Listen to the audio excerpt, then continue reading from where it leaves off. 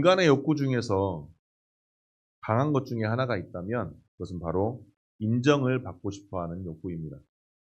누구나 인정을 받으면 삶의 질이 향상된다고 생각을 합니다. 특별히 나 자신에게 중요하다고 생각되는 사람들에게 인정받는다면 그러한 삶의 만족에 대한 더 강한 욕구를 느끼게 됩니다. 그러한 점에서 어린 자녀들은 부모에게 인정을 받고 싶어 합니다. 그래서 자신에게 일어난 일들 중에 자랑하고 싶은 것을 너무나 기쁜 마음으로 부모에게 이야기합니다. 저희 딸이 2년 동안 다녔던 초등학교를 이제 전학을 하여서 다른 학교로 이제 들어가서 학교 생활을 시작을 하였습니다. 사실 전학을 함에 있어서 새로운 친구들과 사귀는 거에 살짝 염려와 사실 걱정도 사실은 되었지만 전학 첫날부터 5명의 친구를 사귀었다고 집에 오자마자 자랑스럽게 떠들었습니다. 그런데 이때 부모인 저희들의 반응이 매우 중요합니다. 만약에 부정적이었거나 무반응이었다면 제 딸은 너무나도 실망하였을 것입니다. 이처럼 어린 자녀들에게 부모는 세상의 전부입니다. 그런 세상의 전부인 부모에게 인정받지 못한다면 아마 온 세상으로부터 거부당하는 느낌을 받고 자존감을 상실하게 되고 말 것입니다. 그런데 이러한 자녀들이 이제 성장을 하면 부모들의 인정받는 대신할 것을 찾습니다. 어떤 사람은 스승으로부터 인정을 받고 싶어 할 것이며 또 어떤 사람은 직장 상사로부터 인정을 받고 싶어 할 것입니다. 또 어떤 이들은 주변 사람들에게 인정받는 것을 삶의 만족으로 여길 수도 있습니다. 또 어떤 사람은 대중들의 인기로 그것을 대신하기도 합니다. 이러한 것을 볼 때 인간은 죽을 때까지 인정을 구하는 삶을 살아갈 수 있다라고 생각할 수 있습니다. 그런데 어떻습니까?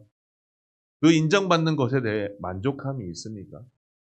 우리는 우리 안의 욕구는 인정받는 것에 늘 불만족스럽습니다.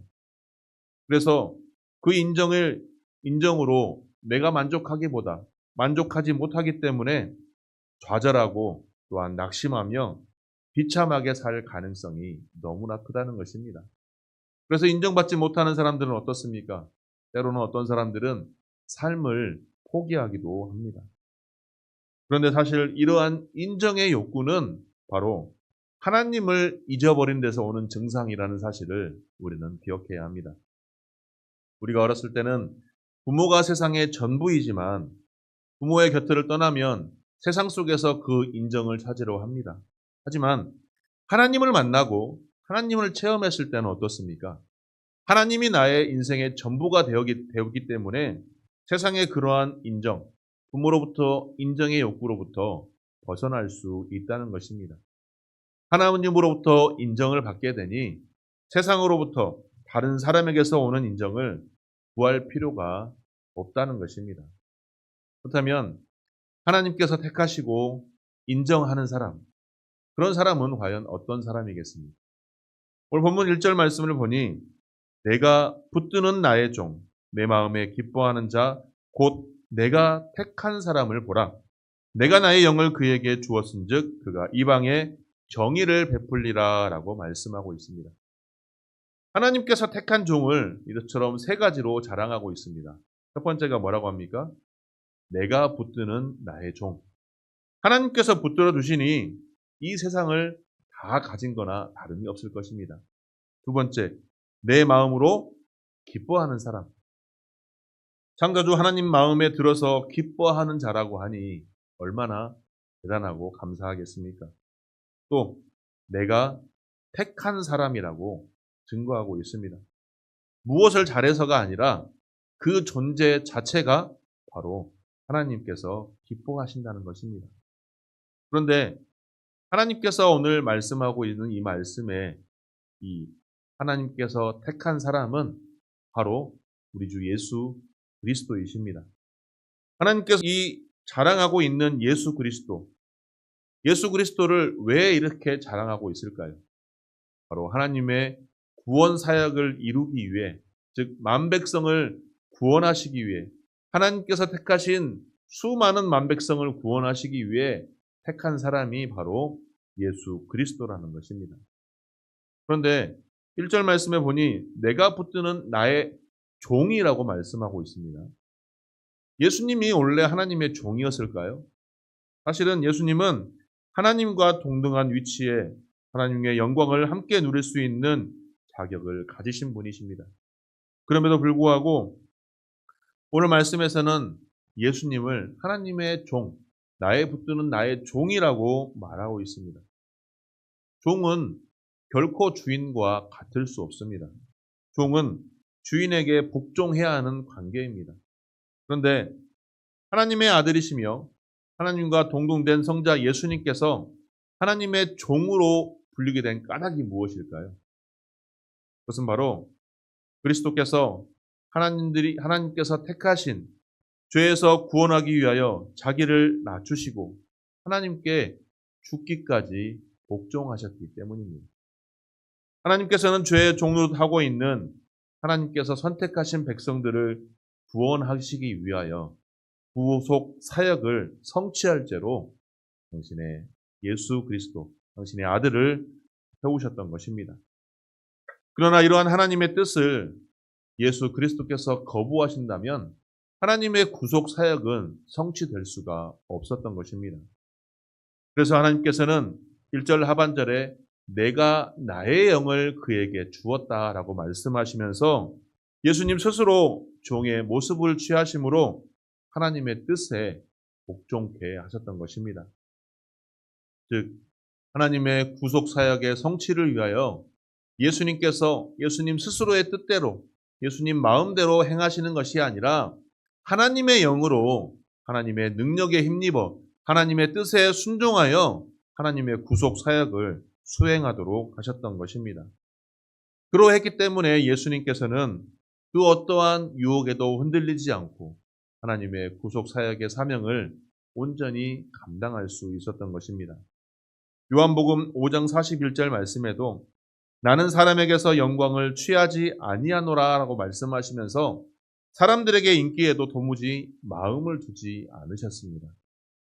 결국 우리는 이러한 예수 그리스도의 낮아짐으로 말미암아서 하나님의 구원 백성이 되었고 또 죄의 종노릇 하는 자리에서 하나님의 구원의 백성, 하나님의 자녀라는 영광된 자리에 앉을 수 있게 되었던 것입니다.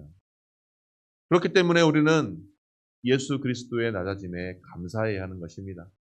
더 나아가 예수님께서 종의 모습으로 낮아지심으로 하나님께 순종하였듯이 우리 또한 하나님의 말씀에 하나님의 뜻에 순종하는 자로 나아가야 하는 것입니다.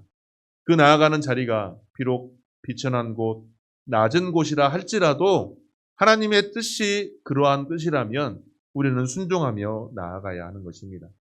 그러할 때 예수 그리스도를 통해 만 백성에게 구원의 길이 열렸듯이 우리 또한 하나님의 구속 사역에 구원 사역을 이루어가는 복된 자로 나아갈 수가 있는 것입니다. 이처럼 하나님의 선한 뜻을 이루어드리는 하나님의 자녀로 복된 삶을 살아가는 것이 바로 하나님께 인정받는 삶인 것입니다. 세상 사람들에게 인정받으려 애쓰는 삶이 아닌 하나님께 인정받는 삶, 하나님께 택함 받았으니 하나님께 인정받는 삶을 살아가는 것이 성도로서의 마땅한 자세인 것입니다. 그렇다면 이처럼 하나님께 택함 받아서 하나님께 인정받는 사람이 살아가는 구체적인 방법은 무엇일까요? 본문 2절 말씀입니다.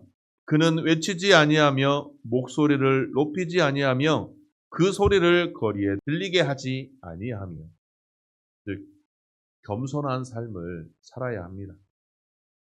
이 본문 2절의 말씀은 하나님의 종으로서의 삶의 자세를 말씀하고 있습니다. 이 말씀을 문자적으로 본다면 매우 소극적이고 도신한 삶을 살 것을 의미한다고 할 수 있습니다. 하지만 이 2절의 말씀은 그러한 의미의 표현이 아니라 하나님의 종으로서 겸손한 자로 나아가는 것을 의미하고 있으며 겸손한 삶의 자세로 하나님께서 맡겨진 사명을 감당할 수 있도록 허락하신다는 것입니다. 여기서 외치지 않고 목소리를 높이지 않고 그 소리를 거리에 들리지 않게 한다는 것은 주님께서 하나님의 일을 대행하는 종으로서 사람들로 하여금 예수 그리스도 자신을 주목하게 하지도 않으며 자신을 높이거나 자랑하지 않게 될 것을 비유적으로 표현하고 있는 것입니다. 주님께서 자신에게 주어진 사명을 감당함에 있어서 철저하게 겸손한 자로 나아가겠다는 그러한 말씀인 것입니다.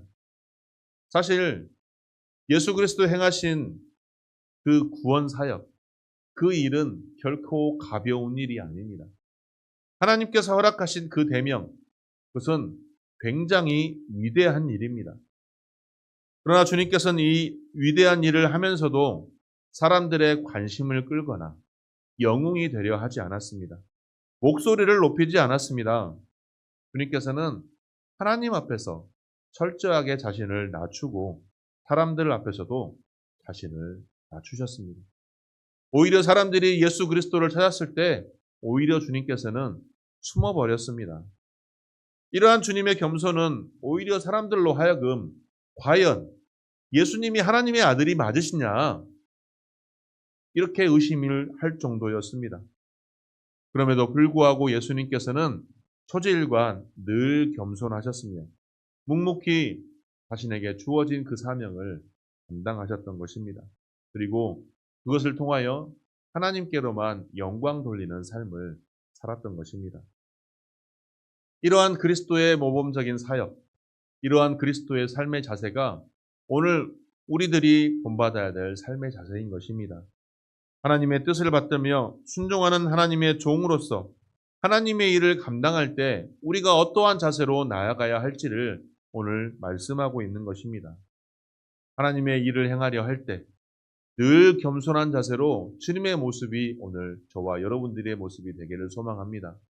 내가 왕이 되려 한다면 그것을 통하여 하나님의 심판과 멸망의 자리로 나아갈 수 있다는 사실을 기억해야 합니다. 이스라엘 왕정 시대 때 수많은 왕들들이 자신의 소리를 높이며 자신을 나타내기를 원하려 하였으며 내가 왕이다라고 목소리를 높였습니다. 결국 그들은 하나님의 심판으로부터 자유할 수 없었던 것입니다. 지금 현재 시대적 상황도 이를 너무나도 자명하게 증거하고 있습니다. 그러므로 내가 왕이 되려 하지 말고 우리의 온전한 왕이신 하나님을 나의 왕으로 섬기시기 바랍니다.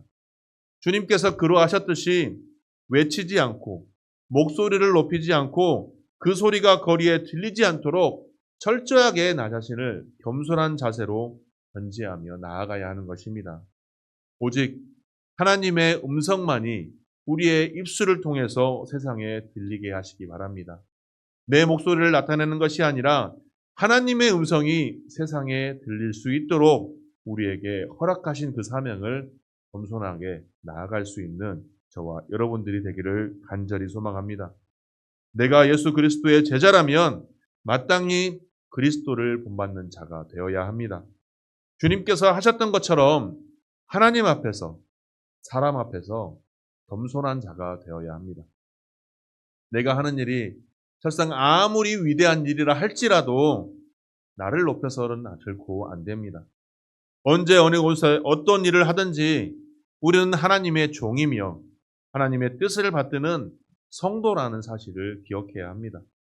하나님의 일을 행하되 하나님이 나타나게 해야 되며 하나님의 영광이 나타나게 해야 되며 이를 위해 나를 죽이고 늘 겸손한 자세, 낮은 자로 온전히 우리의 삶이 그러한 자세의 삶이 되어야 합니다. 그렇게 낮은 자를 하나님께서 들어 사용하시고 그를 통하여 하나님께서는 스스로 영광을 받으시지만 그 이면에는 우리에게 더 많은 은혜로 베풀어 주신다는 사실을 기억하시고 늘 겸손한 대로 하나님의 역사에 참여하는 귀한 주의 권속들이 다 되시기를 소망합니다. 둘째로 그리스도를 소망 가운데 두고 살아야 합니다. 본문 3절 말씀입니다. 상한 갈대를 꺾지 아니하며 꺼져가는 등불을 끄지 아니하고 진실로 정의를 시행할 것이며. 여기서 갈대는 연약한 우리의 삶을 비유합니다. 우리의 삶은 조그마한 풍랑과 조그마한 바람에도 이리 흔들리고 저리 흔들리는 너무나도 연약한 존재입니다. 그런데 여기서 상한 갈대라고 말하고 있습니다. 연약할 뿐만이 아니라 이는 스스로 소망을 가질 수 없는 너무나도 현실에 소망이 없는 그러한 인생을 비유적으로 표현하고 있습니다. 또 꺼져가는 등불이라는 표현도 생명을 다하여 죽음을 직면한 상태, 심판의 자리에 직면한 소망 없는 인생을 비유하고 있습니다. 이처럼 우리의 모든 인생은 죄로 말미암아 꺾이고 꺼져 버릴 수밖에 없는 너무나도 연약한 존재입니다. 그런데 하나님의 종은 이러한 상한 갈대에도 꺾이지 않고 꺼져가는 등불을 끄지도 않을 것이라고 말씀하고 있습니다. 이는 하나님의 종인 예수 그리스도께서 이 땅에 오신 목적이 죄로 말미암아 소망이 없는 삶을 살아가는 인생들을 심판하기 위해서가 아니라 오히려 그들에게 소망을 주기 위함이라는 것입니다.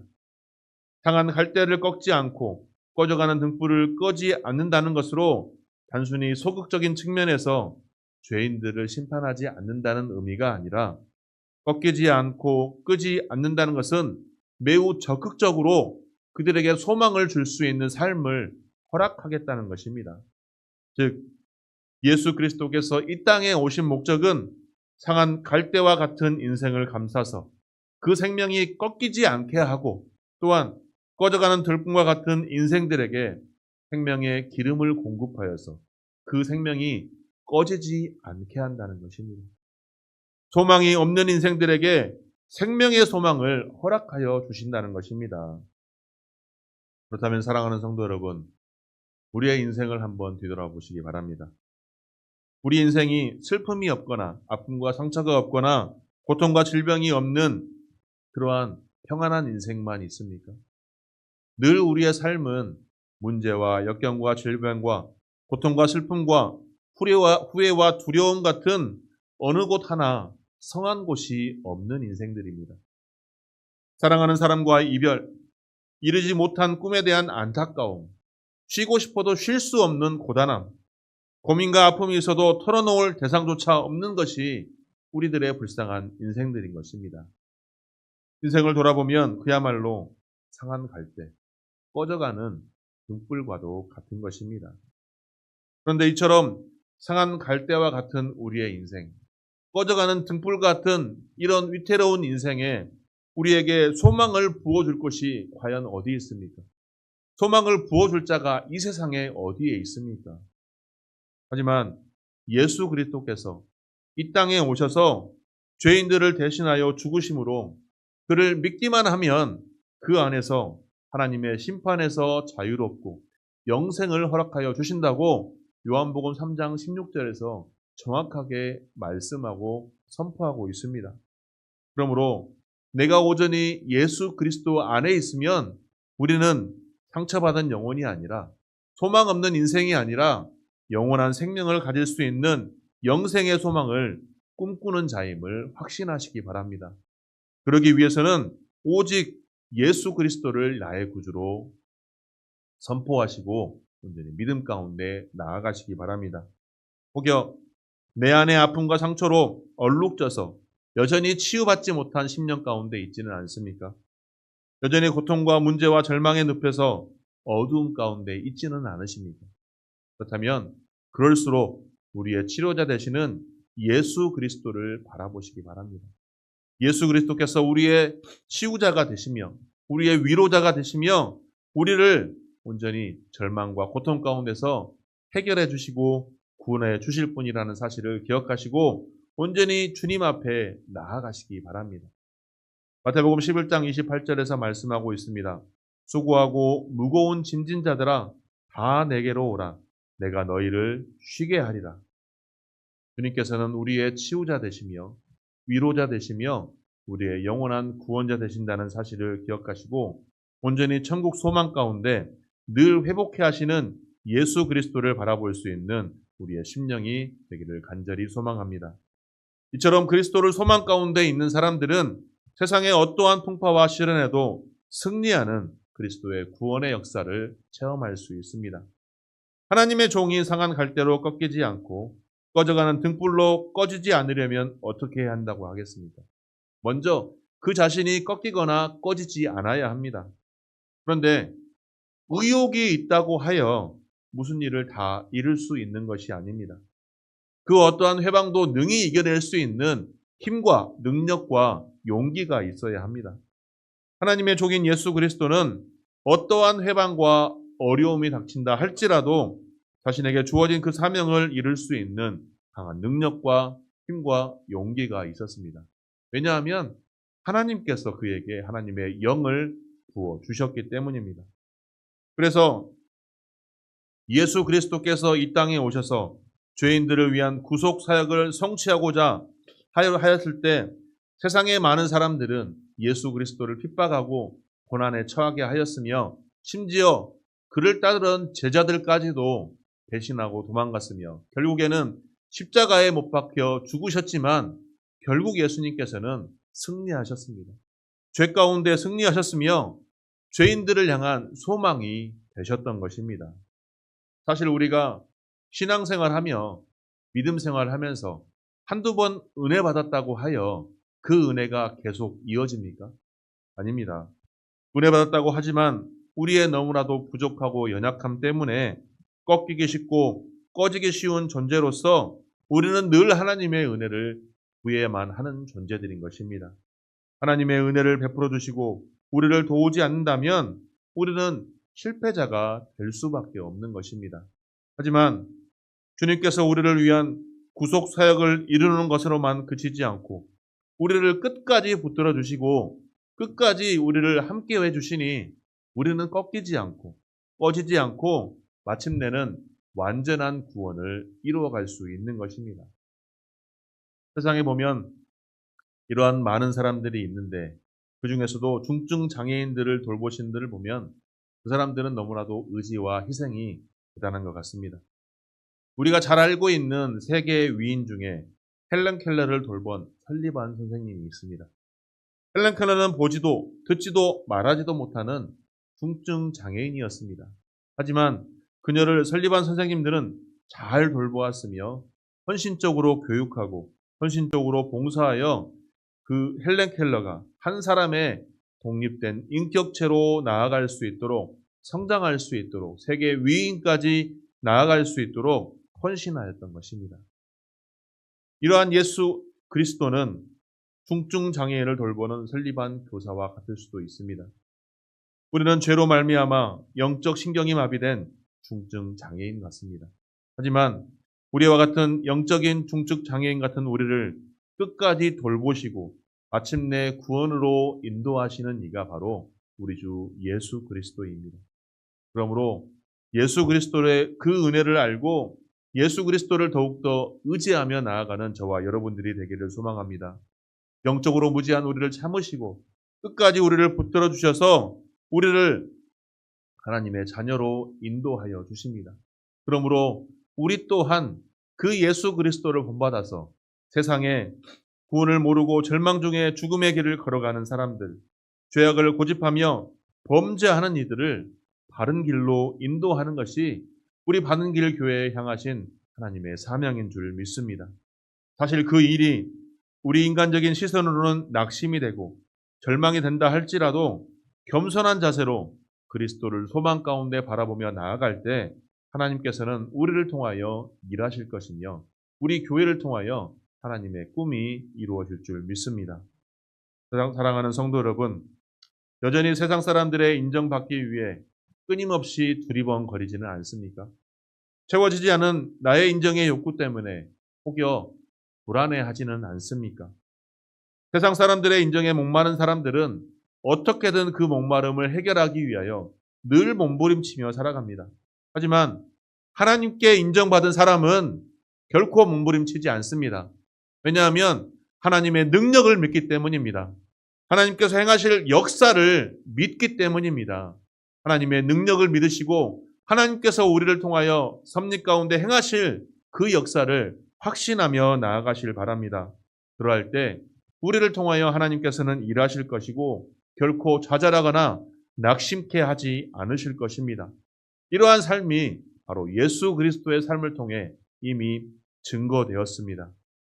사람들의 칭찬과 인정받는 것에 갈급하기보다 하나님의 뜻을 이루는 것에 우선순위를 삼으시기 바랍니다. 하나님께 인정받은 우리에게는 더 이상 세상의 인정 따위는 필요가 없습니다. 그러나 하나님께 내 마음에 합한 자라 인정받은 다윗은 오히려 세상에서도 인정을 받았습니다. 그러므로 하나님과 나의 관계를 다시 한번 확인해 보시기 바랍니다. 하나님께서 나를 얼마나 사랑하시는지, 하나님께서 나를 얼마나 인정하시는지, 하나님께서 나를 얼마나 붙들어 주고 계시는지, 얼마나 세심하게 모든 것을 살펴주시고 나의 필요를 채워주시는지 하나님과의 나의 관계를 먼저 확신하시고 인정하시기 바랍니다. 그렇게 하나님께 택함받은 사람과 하나님께 인정받은 사람은 하나님의 뜻을 이루며 하나님의 구속의 역사 속에 참여할 수 있으며 그러한 믿음으로 늘 승리의 삶을 살아갈 수가 있는 것입니다.